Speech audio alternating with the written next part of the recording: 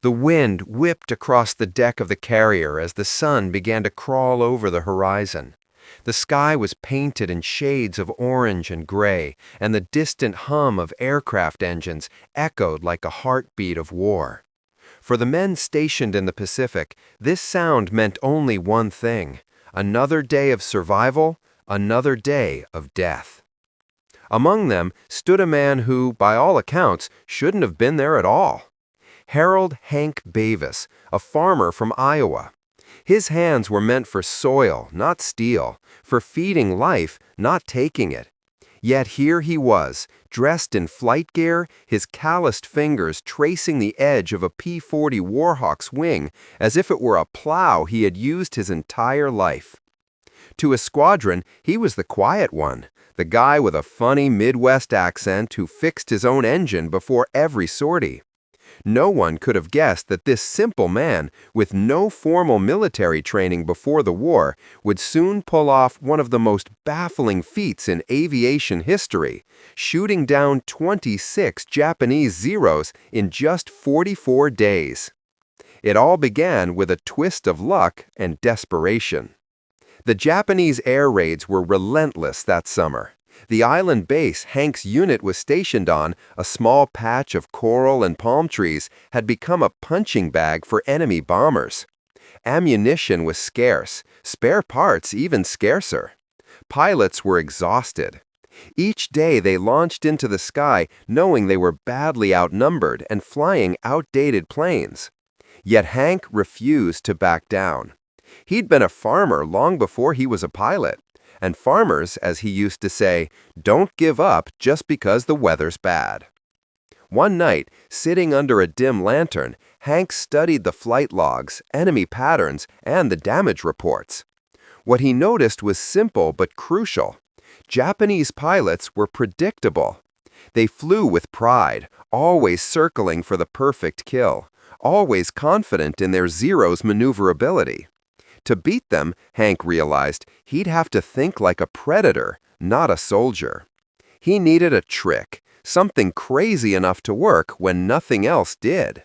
That's when the farmer's trick was born. It wasn't a fancy maneuver or a new tactic from a manual. It was instinct, born from years of chasing crows off cornfields back home. Hank knew how birds thought, how they swarmed and turned, how one could scatter a whole flock with a single, unexpected move. So, the next morning, when the sirens wailed and enemy fighters screamed toward the island, Hank climbed into his Warhawk, tightened his helmet, and whispered, "Let's see if birds and Zeros fly the same." The sky erupted into chaos. Bullets tore through clouds, tracer fire streaking like fiery threads across the horizon. Hank stayed low at first, pretending to break away from formation, his plane wobbling as if he'd lost control. The Japanese pilots took the bait immediately. 3 Zeros dived after him, their engines roaring like angry wasps. That's when Hank pulled the first move of his crazy trick. He cut the throttle completely. His plane suddenly dropped, nose down, falling faster than anyone expected. The Japanese pilots overshot, unable to react fast enough. In that split second, Hank restarted the engine, pulled the stick hard, and came up behind them. 3 short bursts, tot-tot-tot, and 1 Zero went down in flames. Another spiraled into the sea. The third barely escaped, trailing smoke. On the radio, his squadron mates were stunned. "Hank, how the hell did you—" "Just a little farm trick," he muttered, eyes locked on the next enemy formation. By the end of that day, Hank had scored 5 confirmed kills. 5 in one mission. Word spread quickly across the Pacific theater. Who was this nobody from Iowa? How did a farmer outthink the best pilots in the Japanese Imperial Navy? Command didn't know whether to call him a hero or a madman. But Hank didn't care. He wasn't chasing medals, he was chasing survival, his and his crew's. As days turned into weeks, Hank refined his tactic. He'd bait enemy fighters by pretending his aircraft was hit, smoke pouring from the engine, a trick he learned to fake using a small fuel valve he had personally rigged. The Japanese would swoop in to finish the damaged American plane, only to find themselves caught in a perfect ambush. Hank had turned deception into an art form, and his Warhawk became both hunter and ghost. Other pilots began adopting his methods, but none could match his precision. Hank had a sixth sense for danger, maybe from his years watching storms roll over his farm, maybe from something deeper. He'd talk about how the sky felt wrong before an ambush, or how he could sense a zero behind him before radar even picked it up. Some called it luck, others whispered it was madness. But Hank just smiled and said, "You learn to read the sky when it's your livelihood." By the 30th day of combat, his name was being mentioned in dispatches across the Pacific. 20 confirmed kills. 20. Yet, behind the legend, there was a man slowly unraveling. Every time he landed, his hands trembled. He'd sit quietly by the hangar, staring at his plane, whispering names no one else recognized. Perhaps friends lost in the fields of Iowa, perhaps brothers in arms gone before him. War had a way of taking a man's soul in small pieces, and Hank knew it. Still, he flew. Every morning, every mission, he climbed back into that cockpit like a man returning to the fields. Just another day's work. The sun was barely over the horizon when Hank climbed into his Warhawk again, the metallic taste of adrenaline still lingering from yesterday's kills. The Pacific stretched endlessly below him, a vast expanse of blue, broken only by the jagged silhouette of small islands and coral reefs. From above, the ocean seemed calm, almost indifferent to the chaos that would erupt in the skies any minute. Yet Hank knew better. Every cloud, every glint on the horizon could hide death in the form of a zero or a bomber wing. As he ran through his pre-flight checks, his mind wandered back to the farm. He could almost feel the rough texture of the soil beneath his fingers, the cold bite of early morning frost, the weight of a shotgun in his hands tracking a darting jackrabbit.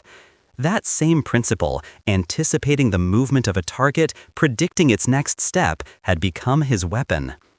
The Japanese pilots had no idea what was coming, and that ignorance was his advantage. Today's mission was different.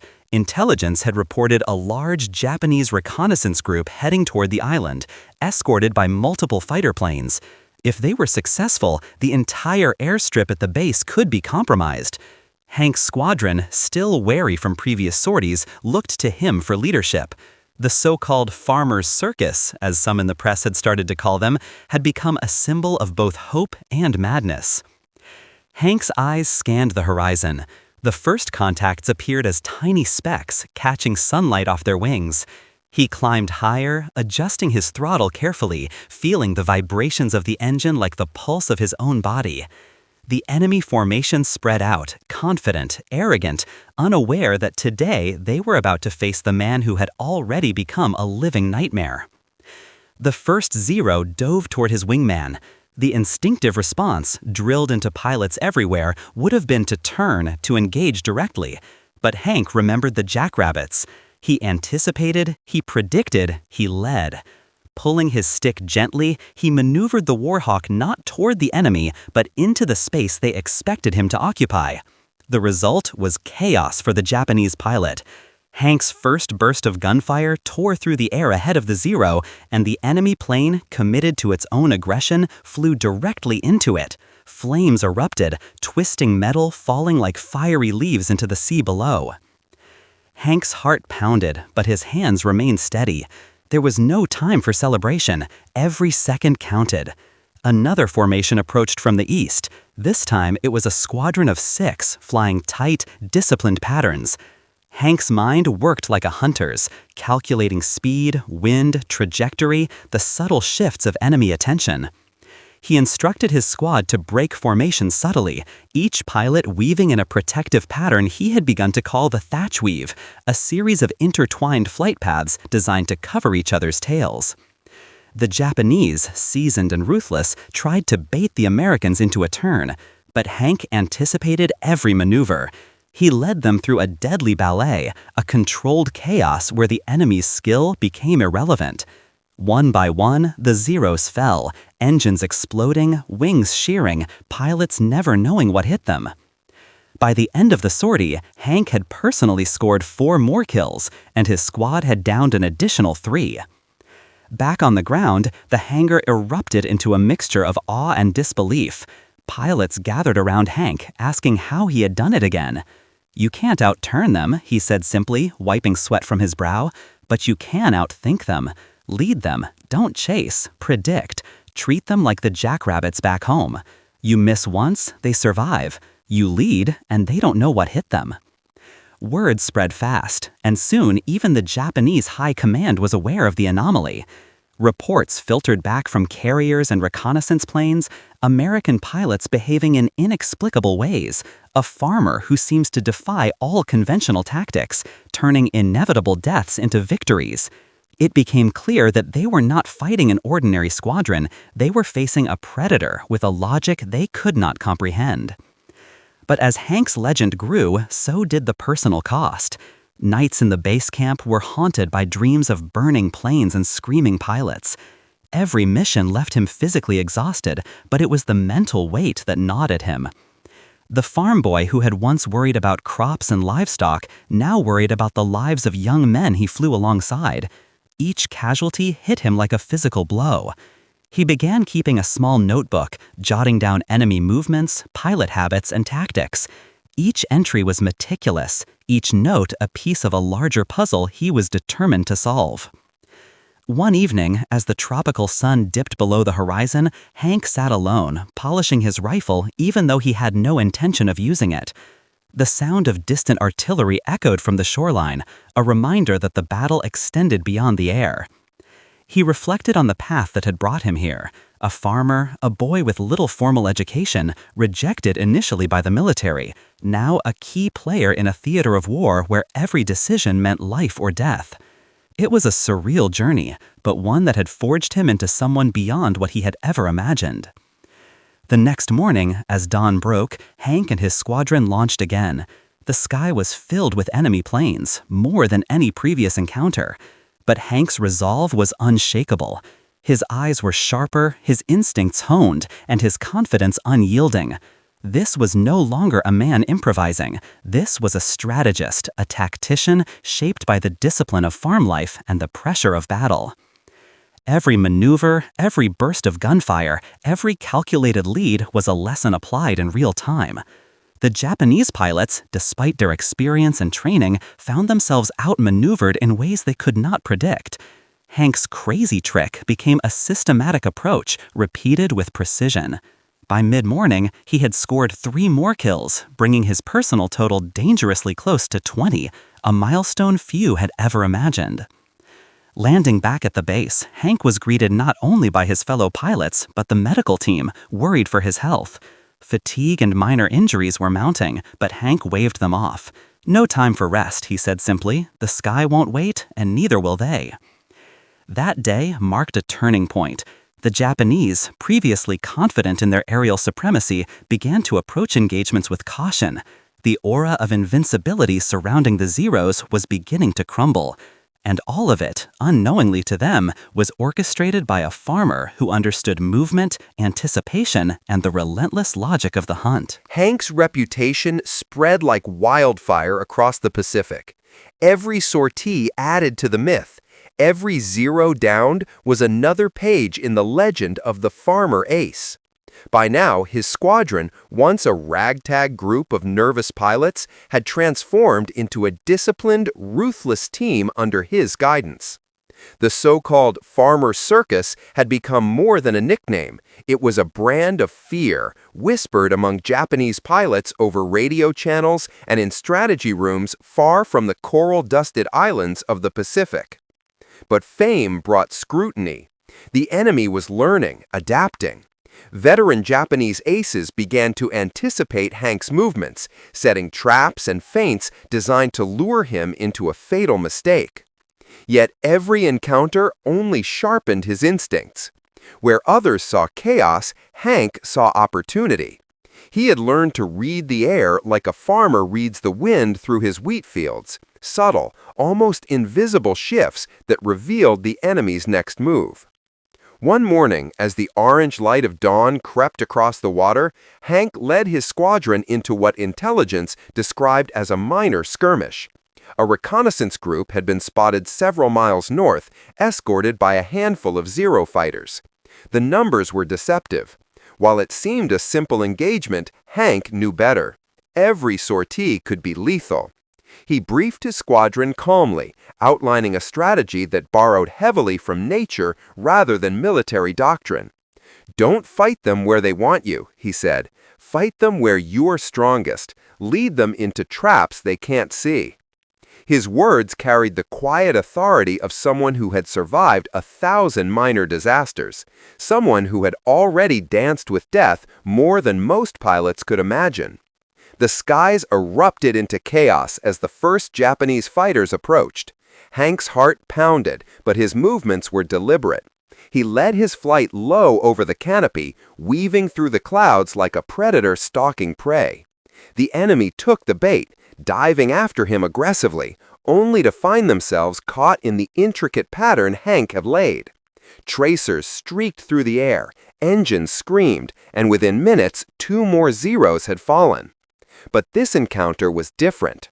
One of the Japanese pilots, a notorious ace nicknamed Silver Fang, anticipated Hank's usual maneuvers. He didn't fall for the low dive or the sudden throttle cuts. He mirrored Hank's movements, forcing the farmer into an aerial duel that was as much mental as physical. Hank felt the tension, the invisible battle of wits, each trying to predict the other's next move. Then it happened. Hank remembered the principle that had guided him since his farm days: deflection. Instead of aiming directly at the Silver Fang's plane, he calculated the lead, estimating the trajectory not of the plane, but of the path it would take in the next 2 seconds. He fired. The rounds tore through the empty sky ahead of the Zero, and the Japanese pilot, committed to the turn, flew directly into the stream of bullets. The aircraft exploded in midair. Hank had not only survived the trap, but had turned it to his advantage. His squadron cheered over the radio, but there was no time to revel. The battle had only begun. More Zeros appeared on the horizon, and Hank's strategic mind kicked into overdrive. He divided his forces, coordinating attacks so that each enemy pilot was isolated, forced to fight against numbers and unpredictability. The pattern repeated over and over: bait, lead, strike, repeat. By the end of the engagement, Hank personally accounted for 5 additional kills, while his squadron took down another 7. But this encounter was different. One of the Japanese pilots, a notorious ace nicknamed Silver Fang, anticipated Hank's usual maneuvers. He didn't fall for the low dive or the sudden throttle cuts. He mirrored Hank's movements, forcing the farmer into an aerial duel that was as much mental as physical. Hank felt the tension, the invisible battle of wits, each trying to predict the other's next move. Then it happened. Hank remembered the principle that had guided him since his farm days: deflection. Instead of aiming directly at the Silver Fang's plane, he calculated the lead, estimating the trajectory not of the plane, but of the path it would take in the next 2 seconds. He fired. The rounds tore through the empty sky ahead of the Zero, and the Japanese pilot, committed to the turn, flew directly into the stream of bullets. The aircraft exploded in midair. Hank had not only survived the trap, but had turned it to his advantage. His squadron cheered over the radio, but there was no time to revel. The battle had only begun. More Zeros appeared on the horizon, and Hank's strategic mind kicked into overdrive. He divided his forces, coordinating attacks so that each enemy pilot was isolated, forced to fight against numbers and unpredictability. The pattern repeated over and over: bait, lead, strike, repeat. By the end of the engagement, Hank personally accounted for 5 additional kills, while his squadron took down another 7. Landing back at the airstrip, Hank was exhausted but alive. The sheer intensity of the day weighed on him, but there was also a sense of grim satisfaction. Each mission, each kill, was a small victory against an enemy that had once seemed unbeatable. Pilots gathered around, their faces a mixture of awe and disbelief. "How do you do it?" they asked. Hank simply smiled, thinking back to his boyhood, to jackrabbits darting through snow-covered fields. "You learn to anticipate," he said. "Don't fight them where they're strong, fight them where they're weak." As word of his exploits reached American command, Hank's fame became official. Reports described a pilot who was rewriting the rules of air combat, a man who had taken a plane considered obsolete and turned it into a deadly weapon. Yet the reality on the ground was far less glamorous. Hank's body was battered, his mind frayed from relentless engagement. The nights were sleepless, haunted by visions of planes exploding, comrades falling, the ocean far below hiding unseen dangers. He had survived, but every day felt like a battle against both the enemy and his own limits. Despite the toll, Hank's determination never wavered. He began documenting his tactics in painstaking detail, creating a manual that combined instinct, observation, and innovation. His deflection shooting, his use of terrain and altitude, and his methods of confusing enemy pilots would later become essential training for new squadrons entering the Pacific theater. By the 44th day of his campaign, Hank's personal tally had reached 26 confirmed kills. He had tied the record of America's most legendary aces, men who had fought in World War I and survived by skill and luck alone. But Hank had done it differently. His victories weren't simply about skill. They were about vision, anticipation, and the simple logic of a farmer who had learned to hunt moving targets long before he ever saw a plane in the sky. Even the Japanese pilots began to whisper his name, the farmer ace who could anticipate every move, strike from the unseen, and vanish before retaliation. They adjusted their tactics, sending veteran pilots to counter him, yet nothing worked. Hank's mind had become a weapon as lethal as his machine guns, his strategies born from instinct and experience rather than doctrine or engineering. And yet, behind every triumph, there was cost. His body weakened from exhaustion and the unforgiving climate. His mind stretched to the edge of endurance. Hank continued to fly, to fight, to lead. He was no longer just a pilot. He was a symbol, a reminder that ingenuity, courage, and relentless perseverance could overcome even the most formidable challenges. By the time Hank finally returned to base after that 44th day, he was greeted not just as a hero, but as a legend. His squadron had survived, his tactics had changed the course of engagements, and the psychological advantage had shifted in favor of the Americans. The farm boy from Iowa had done what many believed impossible. He had taught an entire enemy to fear a single man. And in the quiet moments, when the base was calm and the sun dipped behind the horizon, Hank would sit by the edge of the airstrip, gazing out over the ocean. The wind carried memories of fields and frost, of jackrabbits and long hours of work, and he understood that those simple lessons had saved lives, changed battles, and rewritten history. The story of the farmer who shot down 26 Zeros in 44 days was no longer just a tale of war. It was a testament to human ingenuity, courage, and the extraordinary power of one individual to change the course of events. By early November, the Japanese had taken notice. Reports from intelligence officers indicated growing anxiety among veteran pilots. The farmer ace had disrupted the rhythm of their operations, turning each engagement into a psychological minefield. Every sortie Hank led was now an unpredictable nightmare for the enemy, and they were determined to neutralize him. Hank understood that attention from the enemy came with risk. He was no longer just a pilot. He was a symbol, a target. Yet his mind thrived under pressure. While other pilots relied purely on training, Hank relied on instinct, experience, and the lessons of his youth. Every maneuver, every calculated burst of fire was informed by years spent on farms, learning to predict movement and lead a target before it even existed. On November 5th, the sky over Guadalcanal erupted with action. Intelligence had spotted a Japanese bombing group approaching the island, escorted by a dozen Zeros. The Americans scrambled, and Hank, now a seasoned leader, took immediate command of the interception. As he climbed into the sky, he scanned the horizon, eyes sharp for the first signs of the enemy. The wind was crisp at 15,000 feet, and the sun glinted off the wing of his Wildcat. Hank's squadron split into pairs, flying the thatch weave, a tactic he had refined from trial and error. The pattern created overlapping fields of cover, ensuring that every pilot's tail was watched by a wingman.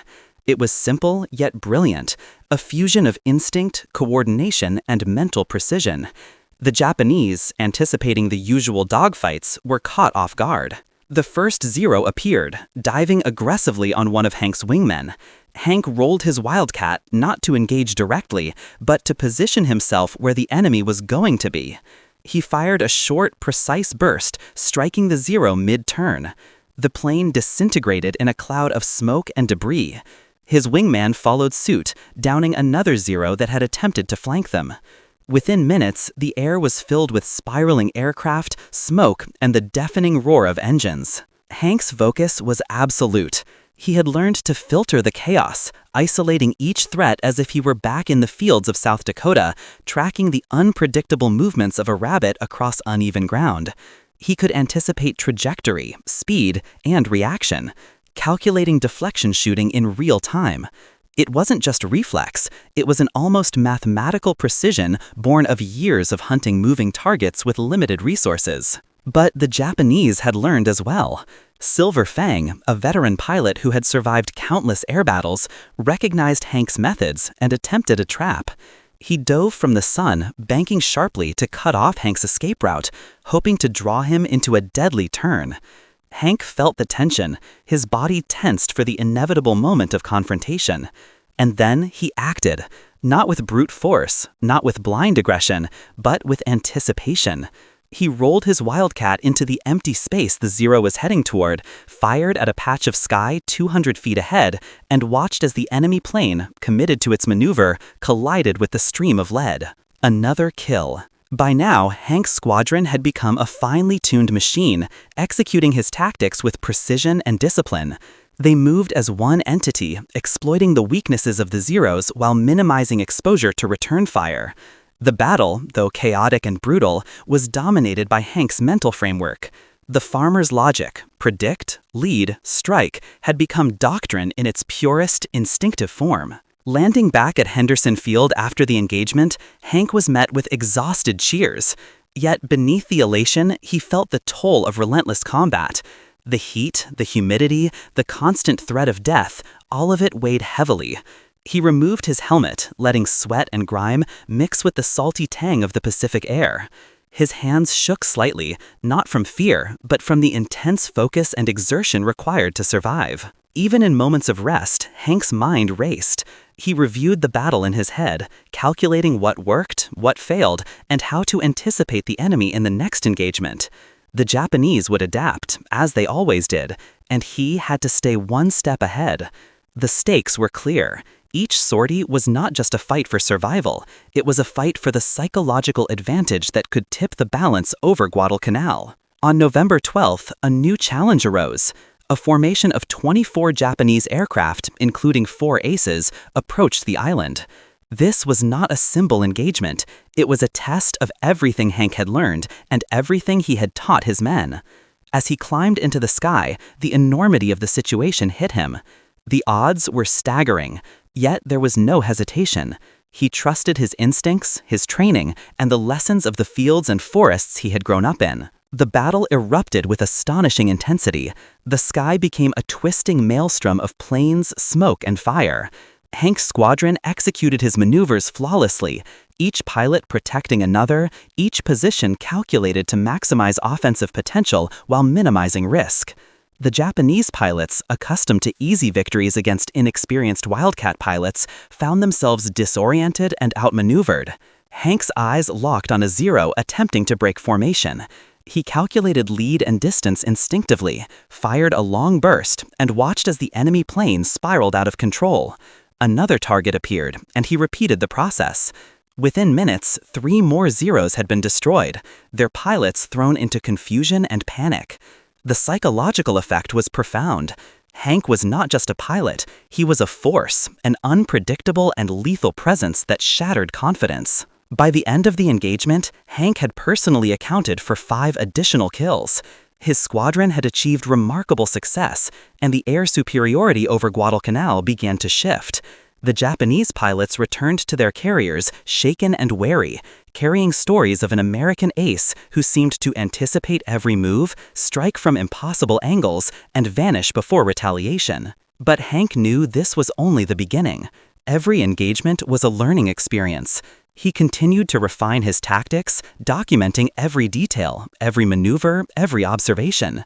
His methods would later form the basis for new training doctrines across the Pacific, teaching pilots not just how to fight, but how to think, anticipate, and survive. As the days passed, Hank's personal tally grew, inching closer to the record set by America's legendary aces. But the cost was evident.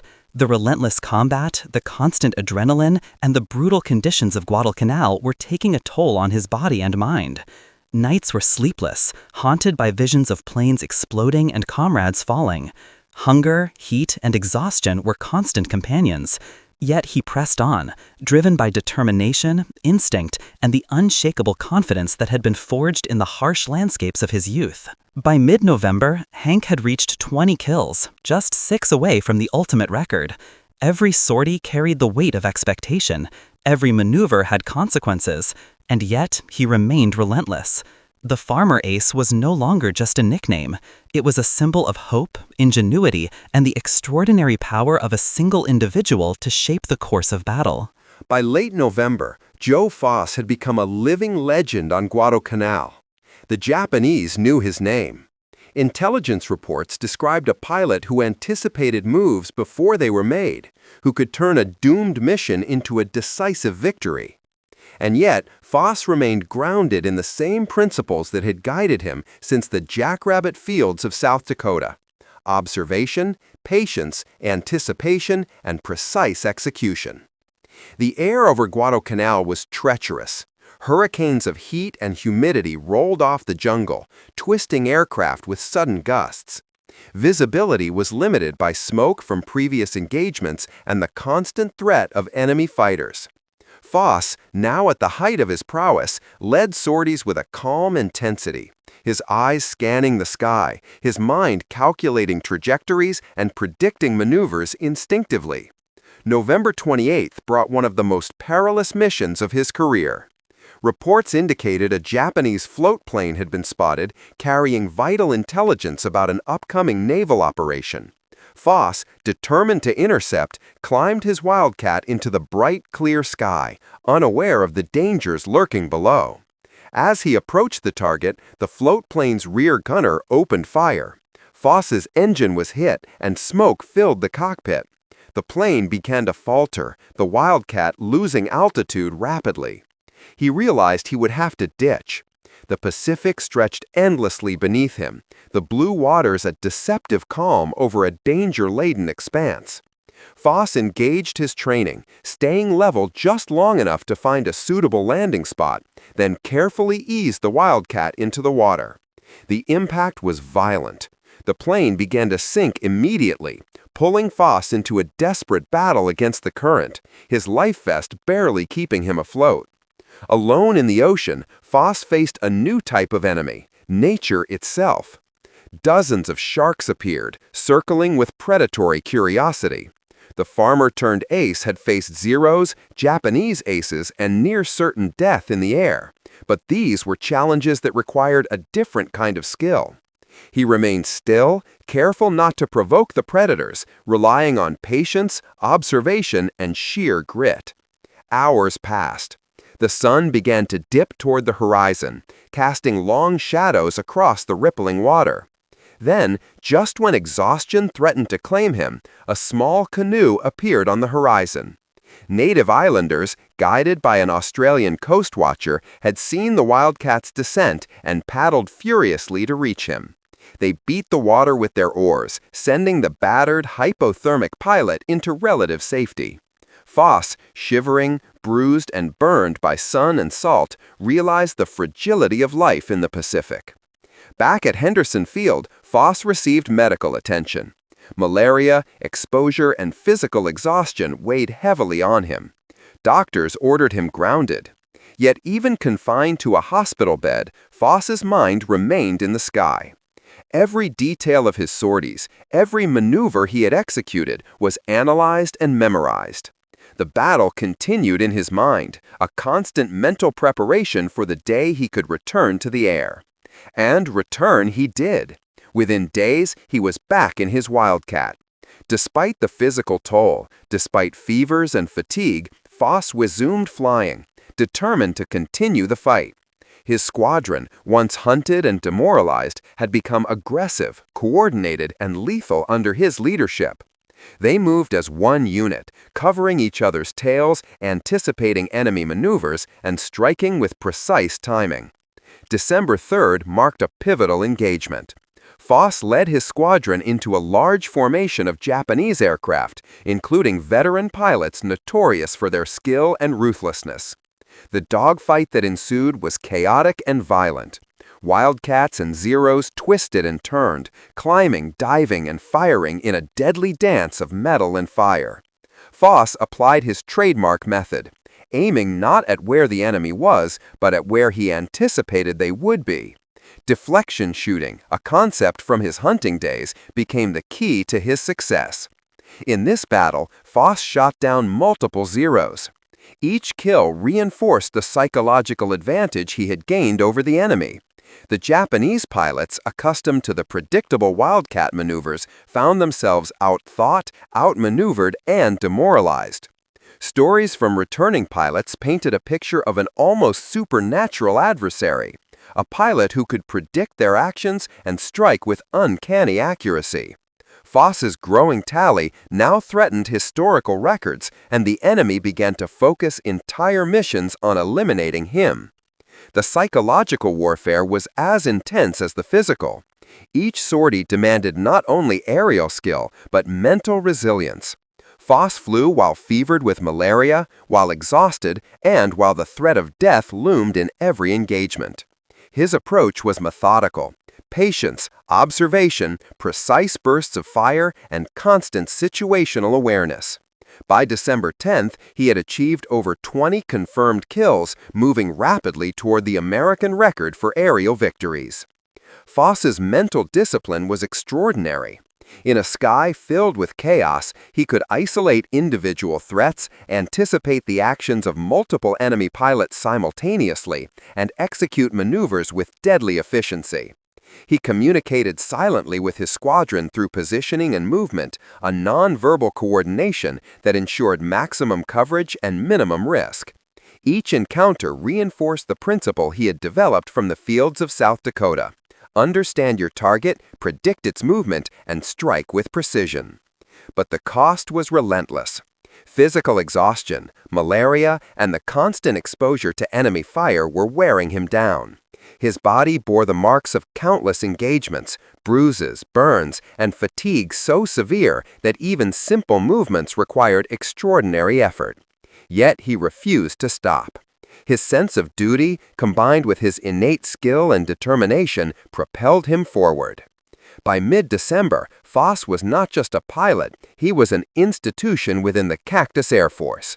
He was the standard against which new pilots measured themselves, the benchmark of skill, courage, and ingenuity. Stories of his victories traveled quickly, inspiring both his squadron and the American forces at large.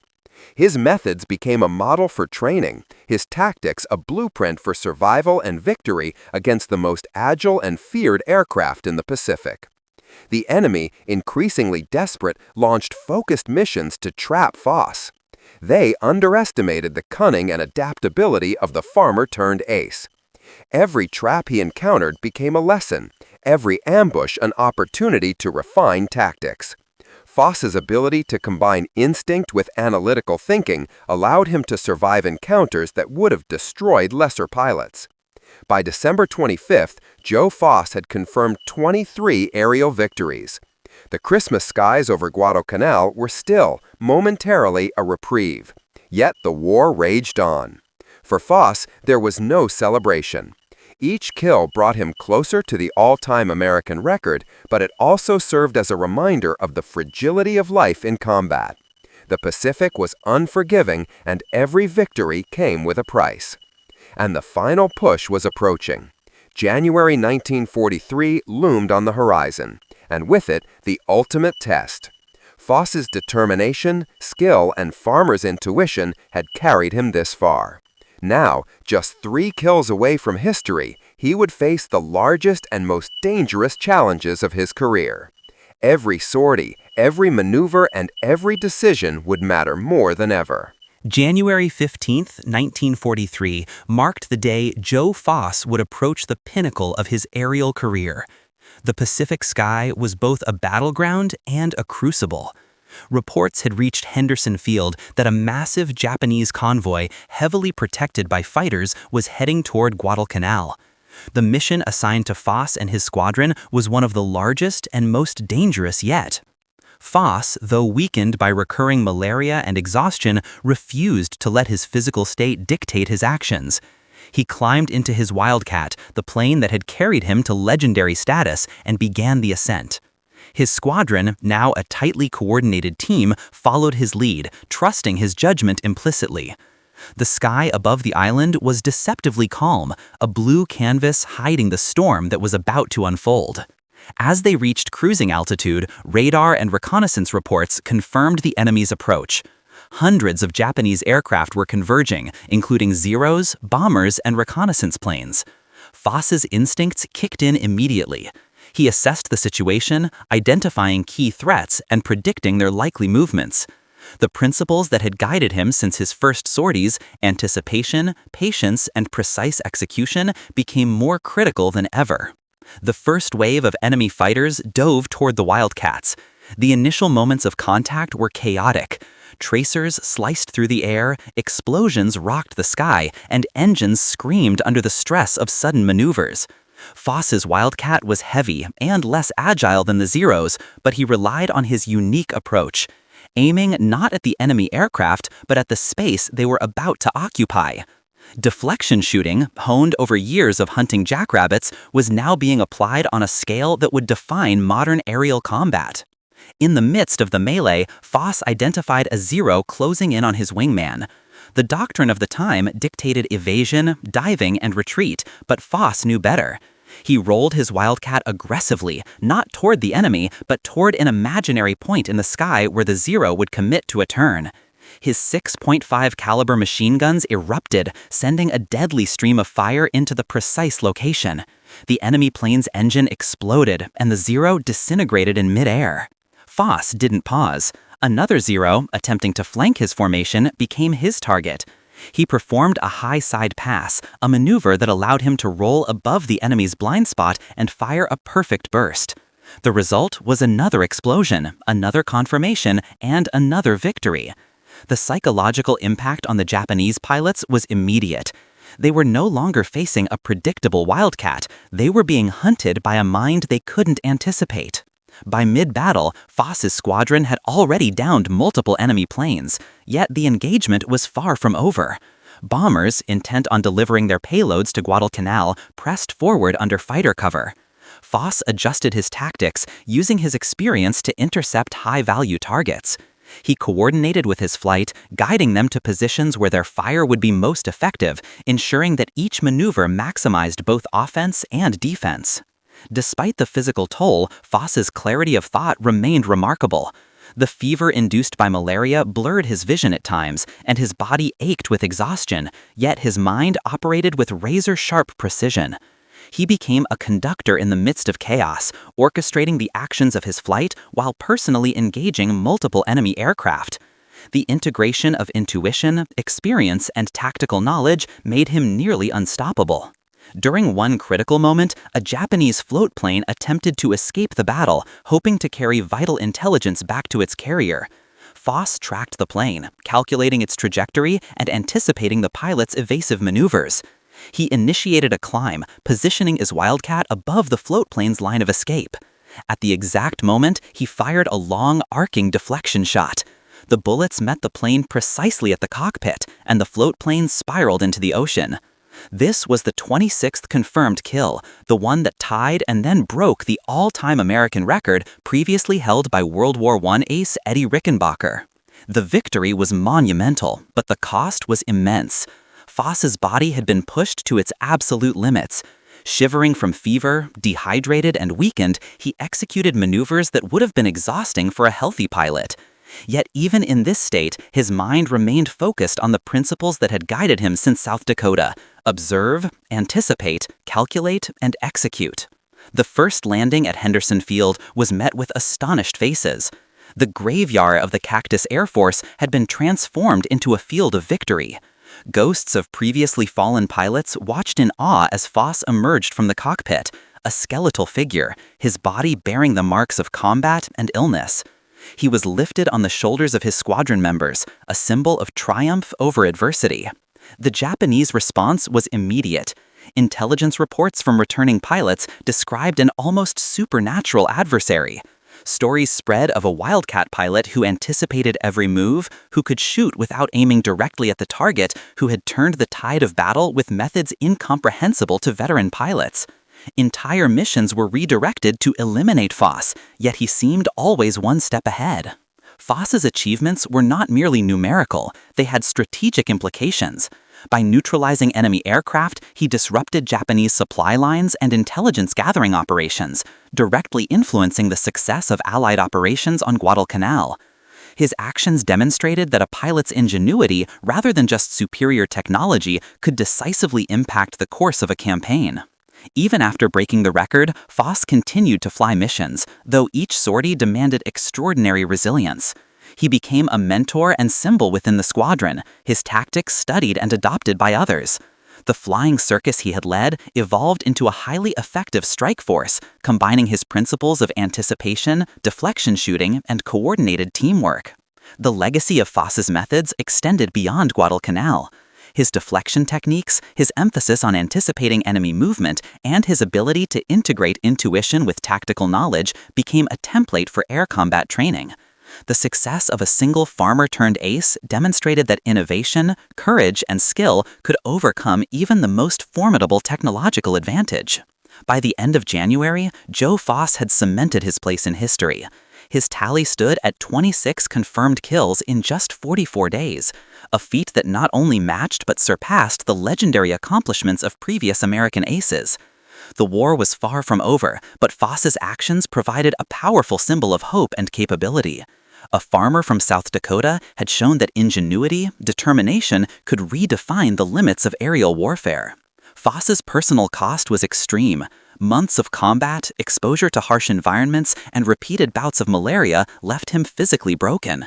His achievements, while celebrated, were accompanied by profound personal sacrifice. He had pushed his body beyond natural limits, all in service of his mission, his squadron, and his country. The narrative of Joe Foss is more than a story of kills and records. It is a story of human ingenuity, resilience, and the transformative power of unconventional thinking. From the hunting fields of South Dakota to the skies above Guadalcanal, Foss applied lessons learned in everyday life to extraordinary circumstances. His life exemplifies how innovation, courage, and relentless determination can shape history, even when the odds seem insurmountable. After his legendary streak over Guadalcanal, Joe Foss returned to Henderson Field not as the fragile, fever-stricken farm boy he had been, but as a living legend. The Cactus Air Force, once a group of desperate and hunted pilots, now looked to him as both a mentor and an inspiration. His flying circus had proven that strategy, intellect, and anticipation could triumph over even the most agile and deadly enemies. Yet the glory came with heavy consequences. His body, weakened by relentless malaria, exposure, and exhaustion, required urgent medical attention. Foss's near-constant fever had left him gaunt, his skin a sickly yellow, and his muscles weak from days of aerial combat under extreme conditions. Upon arrival, the medical officers immediately grounded him, fearing that any further missions could be fatal. Foss, stubborn as ever, protested. He argued that the Japanese were regrouping, that every delay allowed them to strengthen their attacks, and that his squadron needed leadership more than ever. But the doctors refused, insisting that his body needed recovery or it would fail entirely. Foss, despite his reluctance, accepted the orders. For the first time, he found himself grounded in a war zone, watching his squadron continue operations without him. Even from his hospital bed, Foss's presence influenced the actions of his pilots. He spent hours strategizing with them, reviewing aerial maps, discussing enemy tactics, and providing instructions on deflection shooting and the newly developed thatch weave formation. These teachings transformed the squadron's effectiveness. Pilots who had once flown nervously and reacted out of fear now moved with precision, anticipating enemy actions in a way that mimicked Foss's legendary style. His influence extended beyond mere numbers. He instilled confidence, patience, and ingenuity into every man under his command. The Japanese high command, on the other hand, scrambled to understand the sudden reversal of fortunes. For months, the Zero had been considered invincible in the Pacific, a symbol of Japanese aerial supremacy. Veteran pilots, trained and experienced in the art of aerial combat, had considered the American Wildcats inferior and easy prey. Foss's methods, however, shattered that perception. Intercepts, debriefings, and intelligence reports from returning Japanese pilots revealed confusion, disbelief, and fear. Stories circulated of a Wildcat pilot who never aimed directly, yet consistently shot down enemy aircraft. A pilot who seemed to anticipate every move before it happened. The legend of the farm boy from South Dakota had reached enemy ears, and it unnerved even the most seasoned warriors. Foss's victories over Guadalcanal were remarkable not only for their speed and effectiveness, but also for their psychological impact. The Japanese pilots, once confident and aggressive, began to hesitate. The doctrine that had served them so well, forcing the Wildcat into a turn and executing precise shots, was rendered ineffective. Foss had redefined aerial engagement through sheer ingenuity. By the time he was grounded, the Japanese had begun to avoid confrontations with the Cactus Air Force altogether, signaling a shift in air superiority over Guadalcanal. During his hospitalization, Foss reflected on the journey that had brought him here. He remembered the cold, wind-swept plains of South Dakota, the early mornings on the farm, the lessons learned while hunting jackrabbits, and the sheer determination required to pursue a dream against impossible odds. Each memory underscored a single truth: ingenuity and preparation often mattered more than brute strength or superior technology. The skills he had honed on the farm had become weapons of war, and he had proven that intelligence, patience, and observational prowess could alter the course of history. The accolades began to arrive. Commanding officers, military strategists, and fellow pilots praised Foss's courage, skill, and leadership. Yet he remained grounded, battling the effects of malaria and exhaustion. He spent weeks recuperating, the body that had soared above Guadalcanal finally forced to heal. Even in rest, his mind remained active, constantly replaying aerial engagements, refining tactics, and contemplating improvements for his squadron. His analytical approach to warfare became a model for the Marine Corps, emphasizing the importance of creativity and critical thinking in combat situations. As news of his exploits spread back to the United States, Foss's story captured the imagination of the public. Newspapers chronicled his 26 kills in just 44 days, describing the farm boy turned ace, the man who had outsmarted veteran Japanese pilots, and the hero who had turned a series of desperate battles into a symbol of American ingenuity and resilience. Letters from civilians, veterans, and military enthusiasts poured into Henderson Field, praising his accomplishments and seeking insights into the methods that had made him so effective. Foss, ever humble, attributed much of his success to his training, the support of his squadron, and the lessons he had learned while hunting on the plains of South Dakota. Eventually, he was cleared for travel and returned to the United States. Upon arrival, he was greeted with a hero's welcome, though his physical condition was far from ideal. The months of fever, malnutrition, and combat had left him fragile. Yet, despite his weakened state, he was determined to continue serving his country in any capacity he could. His experiences in Guadalcanal had transformed him, but they had also cemented his understanding of leadership, strategy, and the value of innovative thinking under pressure. On May 18, 1943, Foss's contributions were formally recognized at the highest level. President Franklin D. Roosevelt personally awarded him the Medal of Honor, the United States' most prestigious military decoration.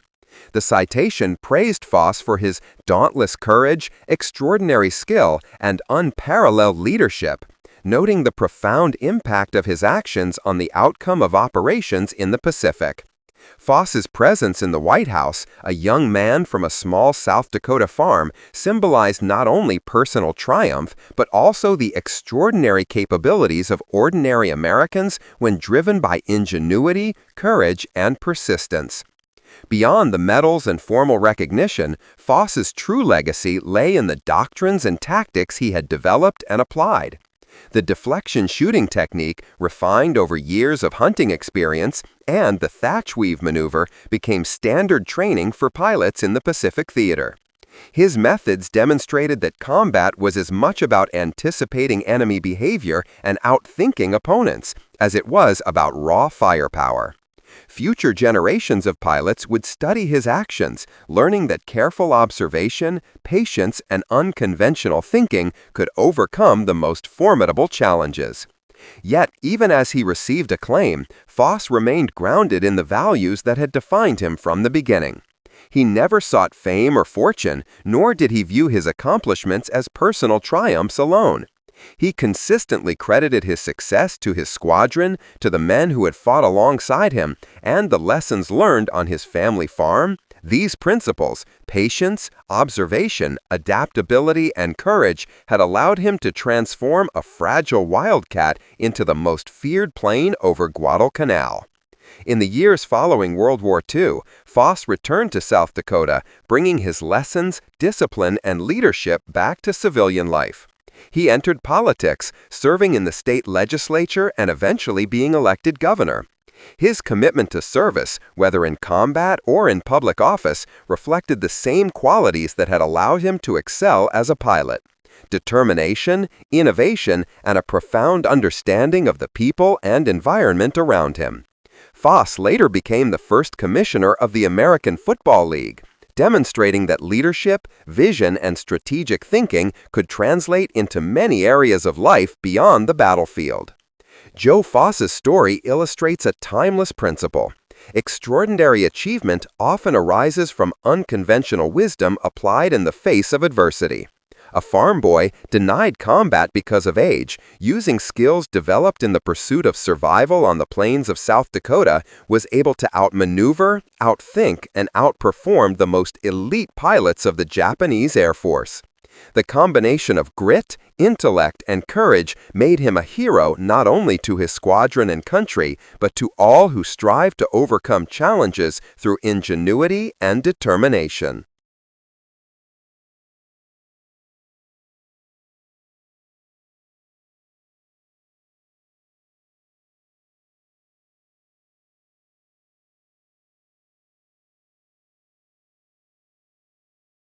After returning to South Dakota, Joe Foss's life took on a different rhythm, though the lessons from Guadalcanal remained ever present in his mind. Unlike the chaos of war, the world at home was predictable in a way he hadn't known for years. The rolling fields, the quiet of small towns, and the routines of civilian life seemed almost foreign after months of constant aerial combat. Yet, Foss carried the battlefield lessons with him, the same patience, focus, and calculation that had made him an ace in the sky became tools for leadership on the ground. He knew that true success didn't come from brute force alone, but from observation, adaptation, and the ability to think several moves ahead. Foss immediately began engaging with his local community, using his fame not as a trophy but as a platform to inspire and educate. He spoke to young people, sharing his experiences in a way that emphasized courage, ingenuity, and persistence. He taught them that challenges, no matter how insurmountable they appeared, could be overcome through strategy and thoughtful action. These lessons were particularly important in a post-war America where the country was transitioning from wartime urgency to peacetime rebuilding. Veterans returned home with new skills, but they also carried trauma, and communities needed examples of resilience and hope. Foss became one of those examples, a man who had faced unimaginable danger and emerged with both his life and a message to share. His political career began modestly, but it quickly gained momentum due to his unique blend of fame, credibility, and practical wisdom. Foss's reputation as a hero of Guadalcanal made him a household name, but it was his work ethic, strategic mind, and commitment to public service that won the trust of voters. He was elected to the South Dakota state legislature, where he quickly made an impact by advocating for veterans' rights, educational improvements, and rural development. Foss understood the value of resourcefulness, whether on a farm, in the cockpit of a Wildcat, or in a legislative chamber, and he applied that understanding to every challenge he faced. As governor of South Dakota, Foss continued to demonstrate the same principles that had made him successful in combat. He approached governance like a strategist approaching a battlefield, carefully evaluating problems, anticipating potential obstacles, and designing solutions that maximized the available resources. This approach earned him respect from colleagues and constituents alike. Foss's policies often reflected a balance between practicality and innovation, much like the tactics he had used to outthink Japanese pilots. By emphasizing education, infrastructure, and economic opportunity, he helped modernize the state while ensuring that the values of resilience, self-reliance, and ingenuity remained central to South Dakota's identity. Beyond politics, Foss became a prominent figure in national and international aviation circles. Military historians and aviation enthusiasts frequently sought his insights, particularly regarding aerial combat strategy, squadron leadership, and the application of innovative thinking in wartime conditions. Foss's reflections on Guadalcanal provided critical lessons in leadership under pressure, demonstrating that even under extreme stress, careful observation, anticipation, and the willingness to challenge conventional wisdom could turn the tide of events. His war stories were not simply tales of bravery, they were detailed case studies in the effective application of intelligence, decision-making, and calculated risk. Foss also shared his knowledge formally through lectures, interviews, and publications. He emphasized the importance of thinking differently, of recognizing patterns where others saw chaos, and of applying lessons learned in one arena to new and unexpected challenges. His focus on adaptability became a recurring theme, particularly in military academies and training programs that sought to teach future pilots not just how to fly, but how to think strategically. The deflection shooting technique he had perfected over years of hunting and the thatch weave formation he implemented over Guadalcanal became enduring elements of pilot training, ensuring that his innovations outlasted the war itself. Despite his public life and political career, Foss never lost his connection to the lessons of the farm. He remained grounded, literally and metaphorically, in the simplicity of life he had known as a child. Hunting, fishing, and outdoor work remained integral to his routine, serving both as a reminder of where he had come from and as a source of mental and physical fortitude. These pursuits reinforced the same observational skills and patience that had guided him through life-or-death encounters in the sky. Foss understood that his success was rooted not in luck or technology alone, but in a mindset shaped by discipline, attentiveness, and an unwavering commitment to mastering his environment. Foss's enduring legacy, however, is not limited to his personal achievements. His story inspired generations of Americans to value ingenuity over brute force, intelligence over recklessness, and strategic thinking over rigid adherence to doctrine. In military circles, his example became a case study in unconventional tactics, emphasizing that superior skill and understanding could overcome superior technology. His victories in Guadalcanal reshaped American approaches to air combat in the Pacific theater, illustrating the importance of flexibility, creativity, and the human element in warfare. The psychological impact of his victories cannot be overstated. Japanese pilots, once supremely confident in their aircraft and tactics, began to hesitate and second-guess their maneuvers when facing American Wildcats. Foss had not only destroyed planes, he had dismantled the confidence of veteran pilots who believed themselves invincible. By exploiting the principle of anticipation learned from years on the farm, he had taken control of the narrative in the sky, turning fear and uncertainty into a decisive advantage. The ripple effect of this transformation influenced every engagement in the Pacific, contributing to broader American success and shifting the balance of power in a theater that had seemed overwhelmingly hostile. Even in his final years, Foss remained a figure of respect and admiration. He maintained correspondence with fellow veterans, advocated for military and civilian aviation, and participated in public speaking engagements. He remained humble, always crediting his squadron, his upbringing, and his mentors for his successes. Yet the tangible impact of his contributions endured, visible in the strategic innovations that became standard practice, the pilots who applied his methods successfully, and the public consciousness that celebrated the heroism of ordinary individuals achieving extraordinary feats. Joe Foss passed away in 2003 at the age of 87, leaving behind a legacy that bridged generations, disciplines, and nations. He was buried with full military honors, a symbol of the enduring power of courage, ingenuity, and resilience. His life's journey, from a remote farm in South Dakota to the skies over Guadalcanal, from hero of war to political leader, demonstrated the transformative potential of determination, intelligence, and adaptation. Foss's story continues to inspire, reminding us that innovation, observation, and strategic thinking can turn even the most challenging circumstances into triumphs. The final chapter of Joe Foss's story isn't measured merely in kills or medals. It is measured in the enduring influence he left on those who followed, on the nation he served, and on the very way Americans understood courage and ingenuity. By the time he retired from active service, Foss had become more than a fighter pilot. He had become a symbol of determination, adaptability, and the quiet, relentless power of a farmer's mind.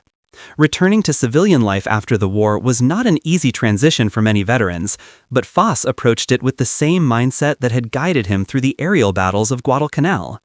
Life on the farm had taught him patience, endurance, and resourcefulness, the ability to solve complex problems with limited tools, to anticipate outcomes, and to act decisively when the moment demanded. These lessons were just as relevant in rebuilding his home state as they had been in outmaneuvering Japanese aces in the Pacific. Foss's approach to politics, public service, and community leadership reflected the same methodical, intelligent decision-making that had allowed him to thrive in the chaos of war. Foss's political career was marked by pragmatism, empathy, and an unwavering commitment to those he represented. As a legislator and later as governor of South Dakota, he championed policies that improved education, supported veterans, and modernized rural infrastructure. His wartime experience informed his understanding of leadership, teamwork, and strategic planning, allowing him to navigate complex political challenges with skill and insight. Foss often spoke to the importance of innovation and flexibility, drawing parallels between the adaptive tactics he had used against Japanese pilots and the need for creative problem-solving in governance. Beyond politics, Foss's legacy in aviation endured. His innovative combat strategies, especially the use of deflection shooting and the thatch weave formation, became standardized techniques in military training. Young pilots learned that it was not always superior speed or firepower that determined victory, but the ability to anticipate, think creatively, and adapt to the enemy's moves. Foss had proven that a keen mind and a disciplined approach could compensate for technological disadvantages, a lesson that would resonate through generations of aviators and military strategists. His insights were sought after by instructors, historians, and fellow veterans, solidifying his reputation as both a practitioner and a teacher of aerial warfare. Foss's personal resilience also left a profound impression. Despite suffering from malaria, exposure, and the physical toll of repeated combat, he demonstrated remarkable endurance, pushing through adversity with a quiet, almost stoic determination. His perseverance under conditions that would have broken many others became a hallmark of his character, inspiring not just his squadron during the war, but also those who learned of his exploits in the years that followed. The combination of skill, courage, and resilience made him an exemplary figure, a man whose life illustrated the profound impact one individual could have when armed with knowledge, instinct, and unyielding determination. Even after leaving politics, Foss remained a public figure, using his experience and reputation to advocate for veterans, support civic initiatives, and promote aviation. He participated in lectures, interviews, and commemorations, always emphasizing the values that had guided him: observation, strategic thinking, and the courage to defy convention when necessary. Foss's story served as a blueprint for leadership, demonstrating that success often comes not from following a prescribed path, but from understanding the principles underlying a challenge and then applying one's unique perspective to overcome it. Foss also remained deeply connected to the natural world that had shaped him. Hunting, fishing, and outdoor activities continue to play a significant role in his life, reinforcing the lessons of patience, anticipation, and precision that had been central to his success as a pilot. He often remarked that the skills he had developed on the farm, tracking, timing, and predicting movement, were directly applicable to air combat, and he shared these insights freely with those willing to learn. For Foss, the farm and the sky were not separate realms, but extensions of the same training ground, each teaching lessons about observation, timing, and the careful calculation of risks. Throughout his life, Foss was celebrated not just for his achievements, but for his character. He embodied humility, integrity, and a dedication to service that transcended personal glory. Even in the most intense combat situations, he remained focused on his mission and the well-being of those under his command. In politics, he applied the same principle, prioritizing the needs of his constituents, fostering collaboration, and making decisions based on careful analysis rather than ego or popularity. Foss demonstrated that true leadership is defined not by accolades, by the consistent application of knowledge, insight, and moral judgment. Joe Foss passed away in 2003 at the age of 87, leaving behind a legacy that was both inspiring and instructive. He was buried with full military honors, a testament to the profound respect he earned from his country and his fellow servicemen.